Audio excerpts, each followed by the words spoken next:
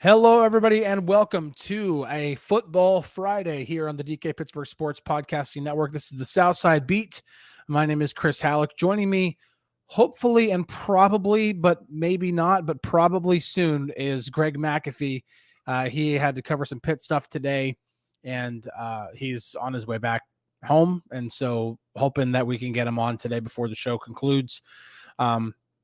Really appreciate everybody joining on today. It is the final day before the final preseason game. So we're going to try to talk as much about that as we possibly can. We did hit on the preseason game quite a bit yesterday. So I wanted to open up the floor for you guys. And even with Greg on here, if Greg gets on here, we'll both kind of address our thoughts and opinions on your concerns for your favorite football team. There's a lot of them right now, especially on the offensive side of the football. Jay Moods says it here.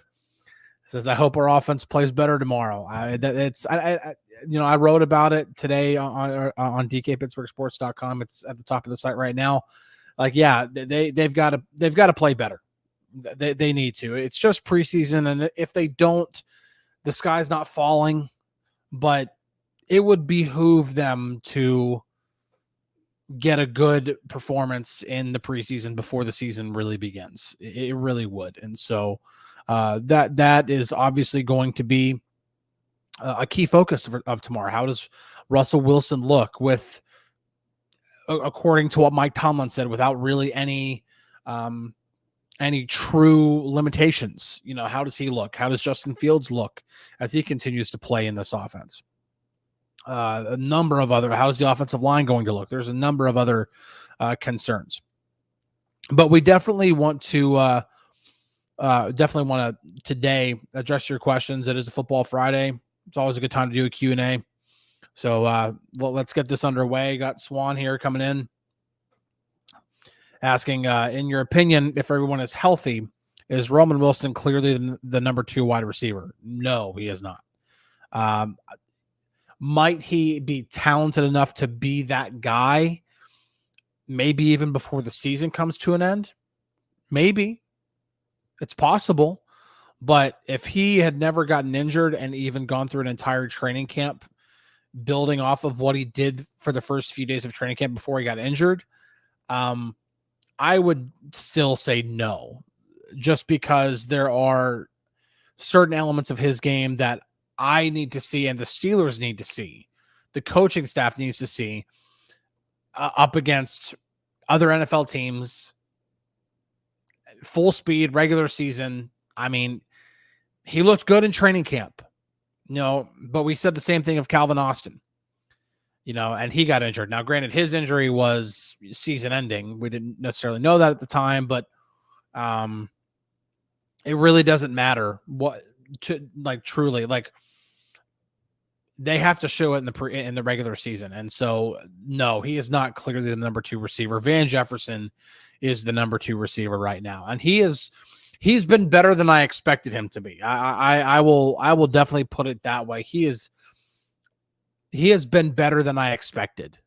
Looking more like the guy that had over 800 yards receiving the year the Rams won the Super Bowl. Like, looking more like that guy. Now, I'm not saying that's what he's going to go do. I'm saying he's looking more like that guy now, but we'll see. And then that would make I would even put Calvin Austin 3, and then everyone healthy. Roman Wilson is the number 4 receiver, or probably the second slot receiver behind Calvin, most likely. So that is how the receiver situation is playing out right now. Obviously, that's why a lot of people are still tuning in as much as they can on the Brandon Ayuk situation, how that's going to play out, any other potential trades, anybody who might get cut. There's a lot of different things that can happen over the next several days, leading up to cut down day next Tuesday. A lot of things that can play out. So, but right now, Roman Wilson would not be the number 4 or number 2 receiver. He is number 4 right now. And look at this, man.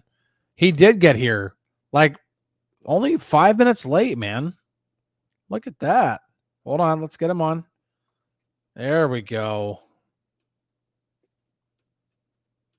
We gotta hear you though. I made it. Can you hear me? Yeah, we got you. All right, solid. Not too bad. So you only missed one question so far. I kind of All right. gave the in-depth answer there. I was asking if Roman Wilson was the number 2 receiver, and obviously I said no. Like if everyone's healthy, I would say no. Yeah. Number 4, but here's a good question. I'll let you take this one right here. All right. Hold on a second. Let me find it. Chris Chin asks, why do people think Kirk Cousins in Atlanta is going to be better than Russ week 1? They're like the same age, and I think Russ has a better deep ball. What would you answer? I have my own.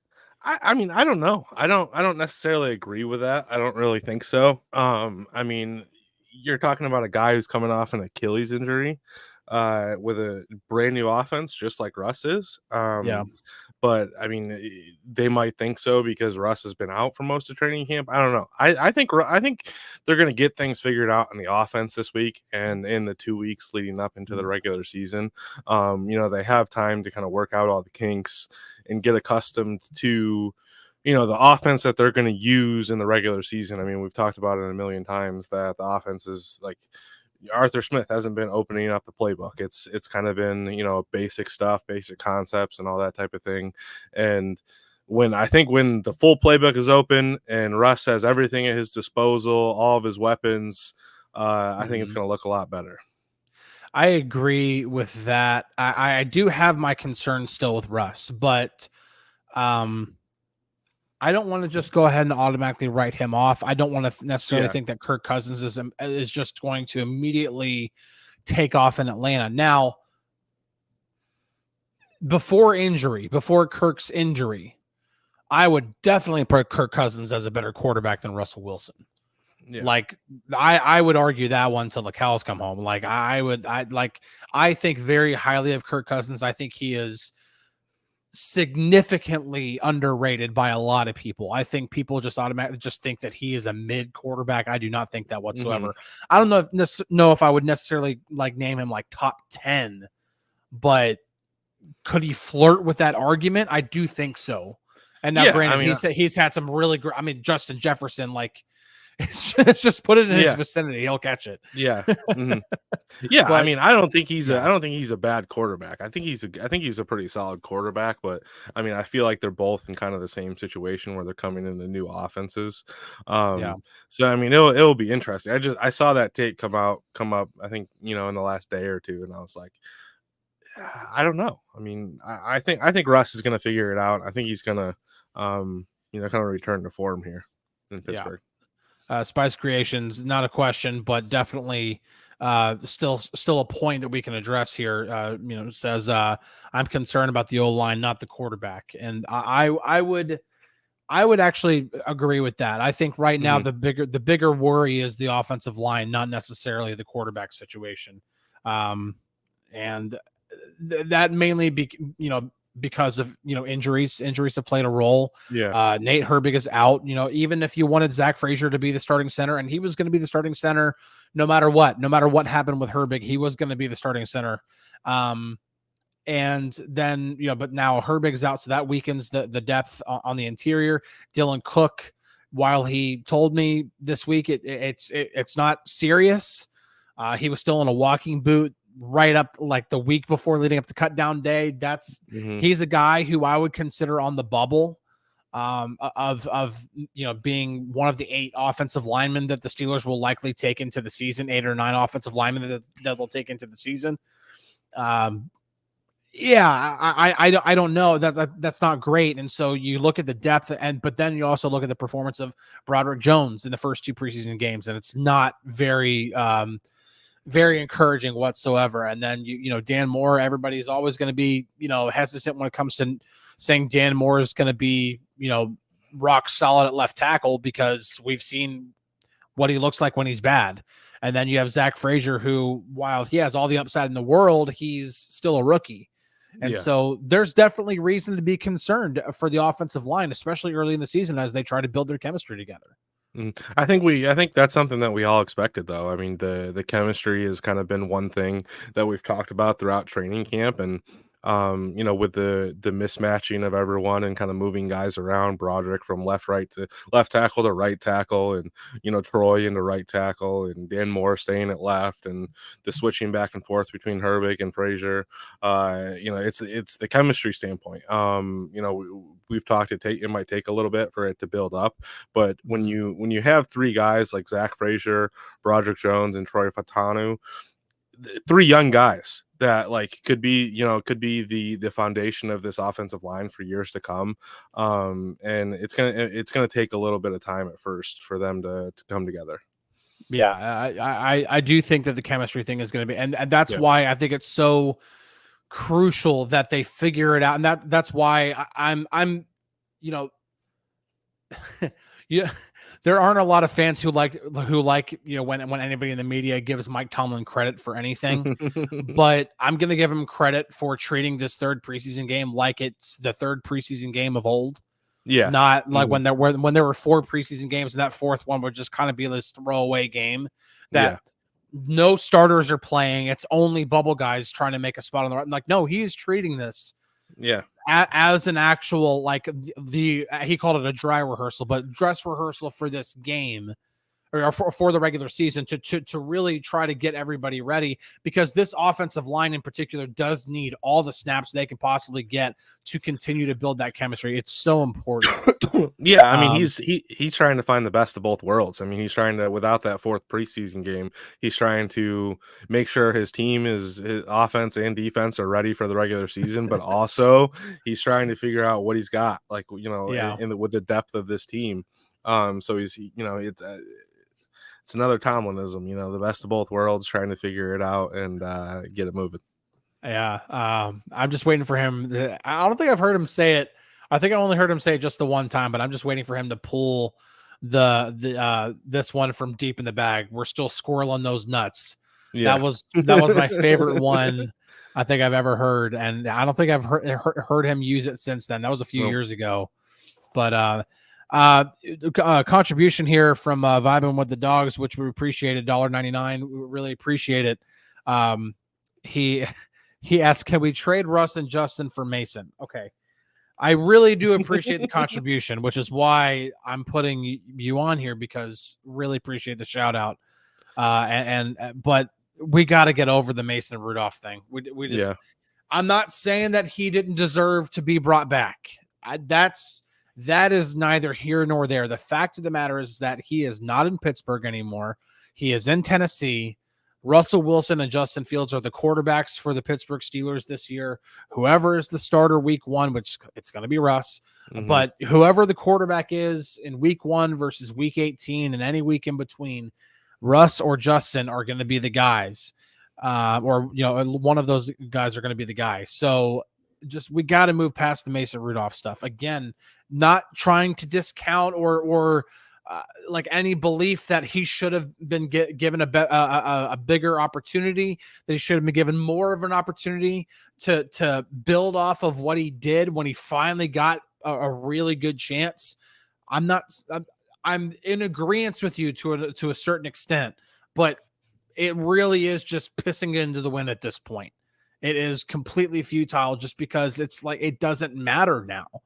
And yes, Mason looks really good in preseason so far. Kenny Pickett also looked great in preseason last year. Just because he looks great. Now, he may go and he may win that starting quarterback job for Tennessee, whether it's week 1 or week 7 or whenever. And then he may just become an NFL starter. And then, hats off to him for that. But we have to get over the Mason Rudolph stuff, because it really is just more... Just talk. Like I said, it's just pissing into the wind. That's the best way I can say it. So that's and Joshua Dobbs says that, Joshua Dobbs here says that then good for Mason. I hope he does, because Mason's a really good dude. He's a great guy. Always was great with the media here. He did the Ramon show shortly after the season. Great guy. You heard him talk. You heard the relationship he has with Ramon. It's just great guy, and you want to see good things happen to good people. You wish that would have been in Pittsburgh. Maybe it should have been, but that's neither here nor there at this point, because us talking about it really is just wasting our breath because he's not here anymore. Yeah. So that's just the way it goes. Yeah. Mark says if they start Russell Wilson against the Falcons, we'll get our butts kicked. Facts. Well, I hate to break it to you, Russ is starting week 1. Like I keep saying it, and I'm not saying it because other reporters are saying it. And I'm just echoing, like, no, I've been hearing the same exact thing from my own sources on the inside. This is not just Mike Tomlin playing mind games with people. Russ is going to be the starting quarterback week 1. It's just you want to talk about facts. That's how it goes. Fact. Yep, that's fact. So that is yeah. Let's see. Let's get to another question here. Mr. CJ Jr., love the comment here. Let's bring back Ben or Bradshaw while we're at it. You know what? I still think Ben could play, to be completely honest. I don't know if he would play at a very high level, but okay, here's a question. He could sling the rock still. Here's a question for you. Here's a question for you. Do you think that last year, if they would have miraculously pulled Ben Roethlisberger out of retirement, that he would have done better than any of the 3 quarterbacks that took the field for the Steelers last year? I don't know. So the last couple years of Ben, I think it was the last 2 years of Ben, my biggest gripe was that they were the offensive line was turning over. And it wasn't as good as what it once was. Mm-hmm. And when you have a young offensive line, you kind of need a guy that can move around a little bit. Obviously, Ben, towards the end of his career, couldn't really move, wasn't as mobile as he was early on in his career. So I don't know. It's a tough question. I mean, if you throw him out there and he gets good protection, he could still be a good quarterback in this league. He could probably still sling it. But when you're talking about, some defensive players running down his throat, I don't know. I'm not sure about that. Yeah.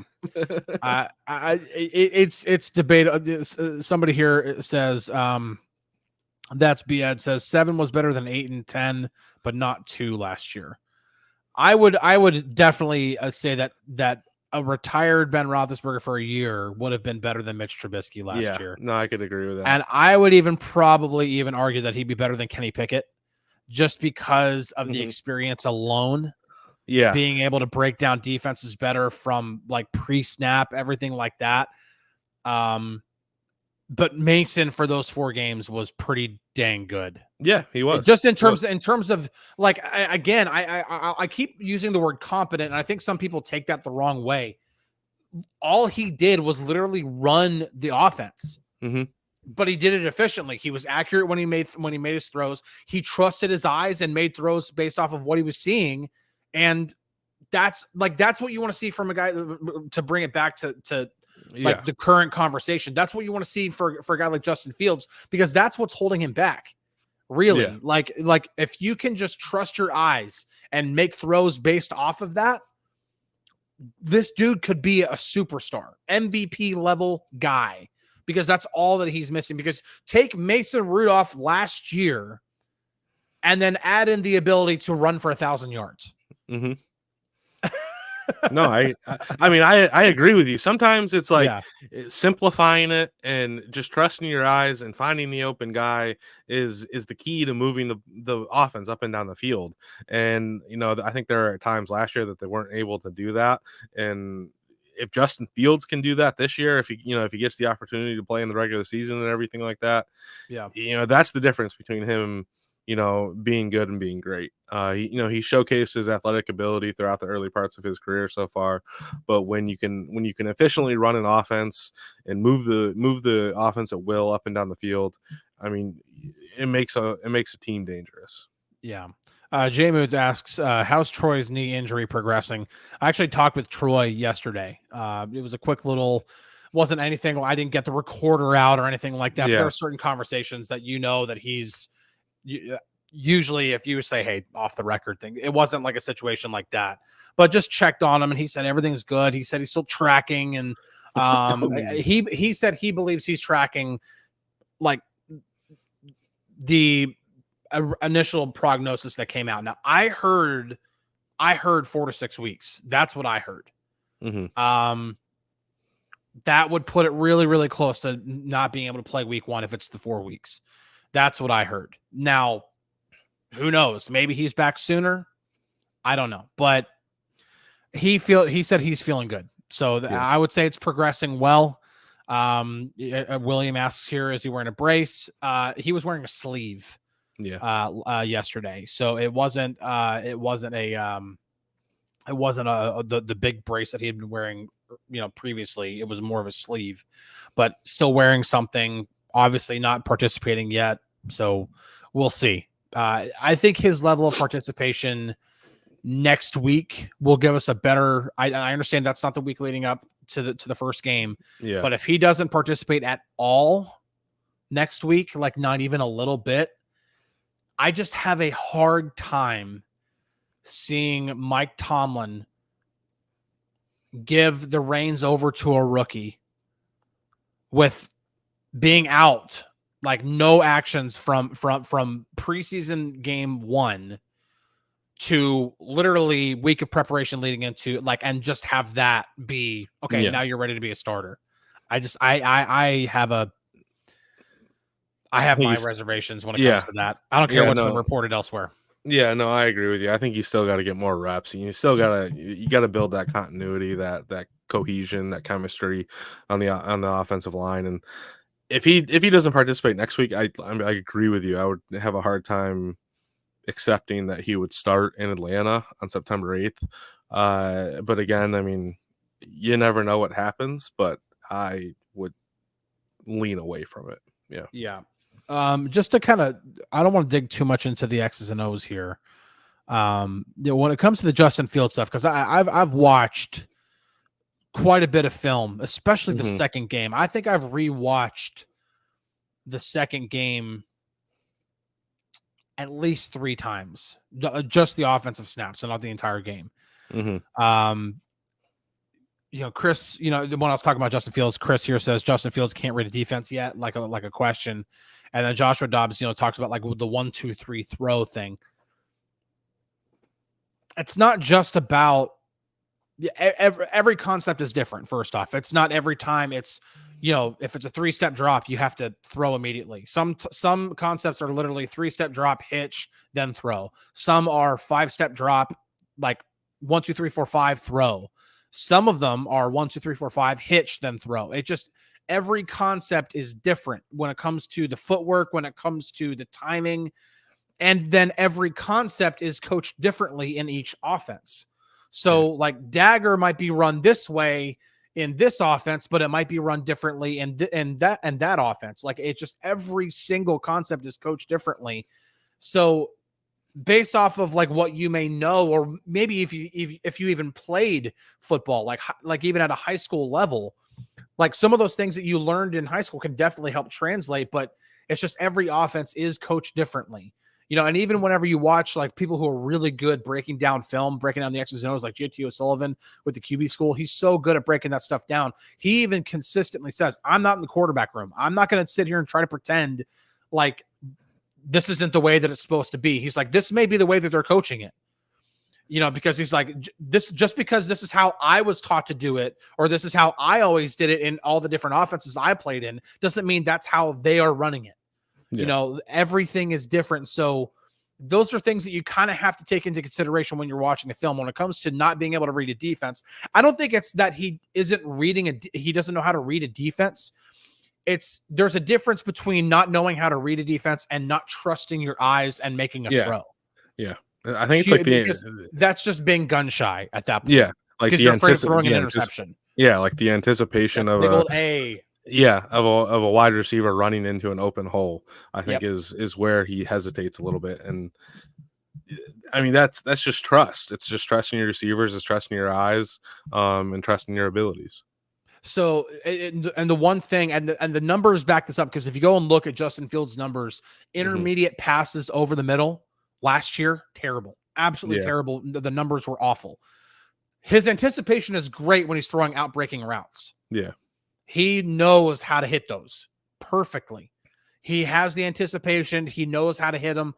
It doesn't matter if it's an out route, if it's a corner route, no matter what it is. He's really good with the outbreaking routes and deep ball to any of the three sections of the field. You're talking about 20 plus down the field, whether it's left, center, or right. He knows how to do it. It's those intermediate passes. And again, that is where you are having to trust what you see and then make a throw. And if you can't do it and you're going to be gun shy, then you're going to see some of the things that we're seeing in preseason in which he doesn't throw. He then starts to look down at the protection or how the protection's doing. And then because he has the ability to escape, tries to escape. Yeah. So that to me that's what's those type of things right there is what's keeping Justin from being about right here and being a high risk, high reward type guy to being like way up here. Yeah. That because he's got the arm and he's got the legs. And he already knows how to make a good number of NFL passes. It's that being gun shy. And then obviously sometimes it's just poor decision making, which I think with a better offensive coordinator, he should do better. So, let's try to get to a couple more questions here before we wrap things up because I have to like DK and I are leaving for Detroit here in a little bit. So I've got to get some stuff done before I go meet him. Let's see here. I had a couple of questions starred, but I think we actually hit them all. If you guys have anything else, let's get them in now. Yeah, let's fire away. You guys probably asked them while I was going on different rants, and that's fine. That's very, very possible. Let's see. Well, so like anything that, okay. So actually this would be a good time and I'll try, if I see any questions pop up, I'll star them real quick. Okay. This would be a good time to actually make prediction. All right. Let's do an actual, I don't even know if I want to do a score prediction. I don't think a score prediction in the preseason. I don't necessarily think it matters. That's just my opinion. It doesn't. That's why I'm saying, like, I don't think a score prediction really matters. Okay. How many? I'll put it this way. For Russell Wilson and the starting offense, I'm going to put the over under at 9.5 points. Does the Russell Wilson and the first team offense score more or less than 9.5 points? I'm gonna say more. I'm gonna be the optimistic person. Ooh, okay. And I'm gonna say more. But I think that with this game, it's obviously they need to score. So like I'm thinking that last week Russ said earlier this week that they were supposed to get 2 to 3 series, the starters, with Russ in the game. This week I'm thinking probably the same, maybe a 4th series. So you're saying if we're talking more than 10 points, that's going 50% finding the end zone. I think every series that Russ is in the game, they need to have a productive drive on the field. I think that's what we're like them. If they don't score, if they get a field goal, we're looking for a good drive down the field. But I'm going to say that they're going to be able to do that this week, and so I'll say the over on 9.5. Okay. Well, J Mood says, asks how many series to score 10. That's why I put the over under at 9.5 because I'm not going to put it at 10. Because then that means they would have to score on 3 series. Yeah. So essentially, I'm trying to say, are they going to be able to score points and have one of those drives be at least a touchdown? Yeah. Are they going to be able to put points on the board with at least 1 touchdown on at least 2 series? Whether they play 4 series, can they at least put more than? Can they at least have 2 scoring drives if they play 4, and have one of those be a touchdown drive? Like that. That's why I put the number at 9.5. Yeah. I think they can hit. I think they can hit over 9.5, I think. Joshua Dobbs asks, how many fumbled snaps for Justin Fields? I'm going to say 0. I think they figured that out. I don't think that was something to really be concerned about. Okay, Joe R. Yeah, I like Russ that one. throws the ball 20+ air yards, over under 1.5. Is that attempts? Because if that's attempts, I'm going over. Yeah, Sorry. I took it as attempts. The one thing that stood out to me, like earlier this week when Russ talked, is there are multiple players that said that they're putting in the work on the practice field. They just need it to translate from the practice field to the stadium. And Russ was asked, well, what do you think can translate from the practice field to, like, what have you seen work on the practice field to translate? And he said the deep, like the explosive plays, the deep balls. So I think that's one thing that we're gonna see this weekend that we haven't like really seen a lot of yet. So I'm looking for, like, I think what I'm hoping for, first play of the game, play action, 20+ yard bomb to George Pickens or Van Jefferson. Let's see it happen. Just open it up. I mean, so that's what I'm saying. Like, so even last week, like, yes, he played, I think, 5 series, and now they granted they scored one first, or that they moved the chains just one time. But even one throw was 20+ air yards, and that was the one to Pickens down the sideline. Mm-hmm. And I do think that I understand it was challenged, and they still, I think they got it wrong. I actually do think he got that left foot in just in case. But either way, it was close enough where, okay, maybe the next time they throw that, he gets 2 feet inbounds. Like, they're going to figure that out. Russ is going to want to do that with George. And yeah, if there's one thing that, like, I understand Russ is prone to just being Mr. Checkdown at times. I get that, but he can also still throw the deep ball. If the Steelers are able to run the football and force defenses out of just running out of a too high shell all the time, you're going to see Russ cook. I'll put it that way. Because if defenses try to stay in a too high shell, and if this and then the Steelers are able to run the ball, they can't stay there. Yeah. They cannot stay in a too high shell and get gouged on the ground. That's why I keep saying the Seattle game last year is the blueprint for this offense, no matter who the coordinator is, because that is exactly what you want to do as an offense. It is, okay, they're going to run out of a too high shell and stop the ground game. Okay, well, they weren't able to do that. Najee and Jalen were both going nuts. So then they have to bring an extra guy into the box. Now you can start throwing the ball down the field. And look what Mason did throwing the ball down the field. And you're talking about asking Russell Wilson to throw the ball downfield, who throws it downfield even better than Mason does.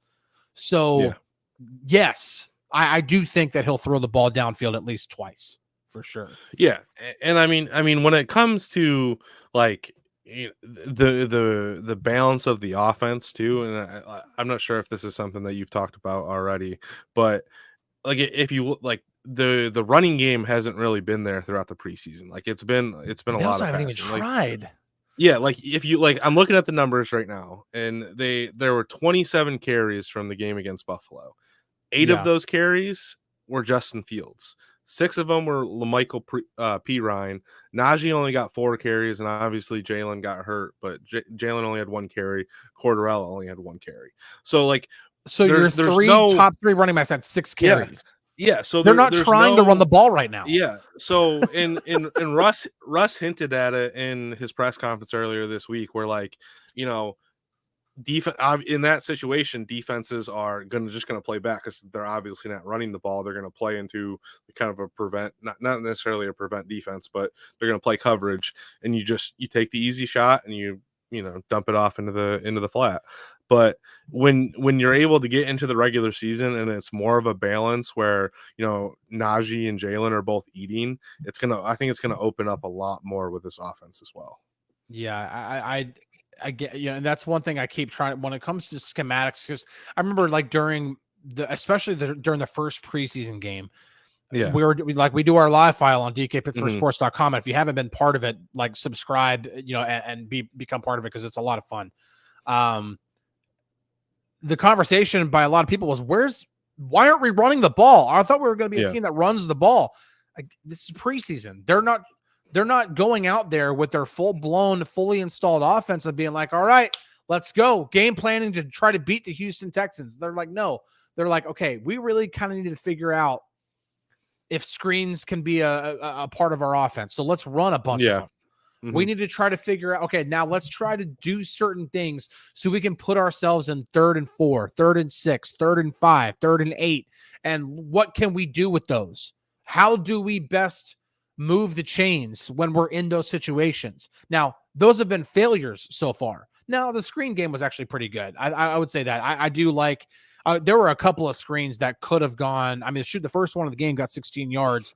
And then there was another one later on where if Kyle Allen hits Pirine, he might still be running. It was blocked up beautifully. It was perfect. And it was just like, so, and then obviously like possession down sucked in game 2. So if that's what they were working on,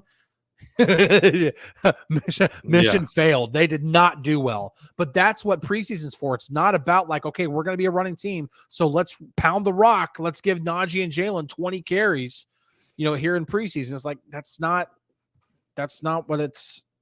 Yeah. So, and Chris asks a good question real quick. How do you game plan for the first game of the season since there's no film? Just use last year's tendencies. Pretty much. I mean, you look at what the team did, all the existing players, then you look at the players that they brought in, and you look at the coaches that they brought in. For example, Atlanta has a brand new head coach. It's a head coach that Mike Tomlin knows well. Yeah. So there are a number of different things. Yes, tendencies. Obviously, like when people are going to be preparing for the Steelers, for example, Arthur Smith and his offense. Like, I understand not a new head coach, but a new offensive coordinator. People have to then account for, okay, what did Arthur Smith do during his 3 years in Atlanta when he was running the offense there, and during his 2 years in Tennessee when he was the coordinator there? That is kind of what they go off of. And then it's like, okay, but he's also using Pittsburgh's personnel. So how can there is going to be some unknown when it comes to this kind of stuff, which is why week 1 is sometimes a bit of a farce. Like, you don't want to just, like, one team gets blown out and you're like, oh crap. Like, if you watch the Steelers in week 1 last year and tried to convince people that they're going to finish 10-7 and make the playoffs, like, you would have been like, yeah, no, that's not happening. That there's no way that team goes 10-7 in the AFC. And they did. So, because they were god awful in week 1. Yeah. Terrible. And then granted, they played the 49ers who won the NFC, but still, like, that was barely a college football team out there in week 1. Anyway, we probably need to go ahead and wrap it up. I know I need to wrap it up because I've got to, like I said, I got to pack my bags. Now, granted, I'm packing for a day, but I got to pack my bags and get ready for a trip to Detroit tonight. So, all right. So you gave your prediction. I kind of went with my predictions too. So, So in a couple weeks, obviously we'll start doing actual predictions for the last week or for the last show heading into a game. But we'll also be trying to figure out an exact time for when we'll do the show. Try to get a gauge. This upcoming week might help give us a gauge of like when practices are going to be.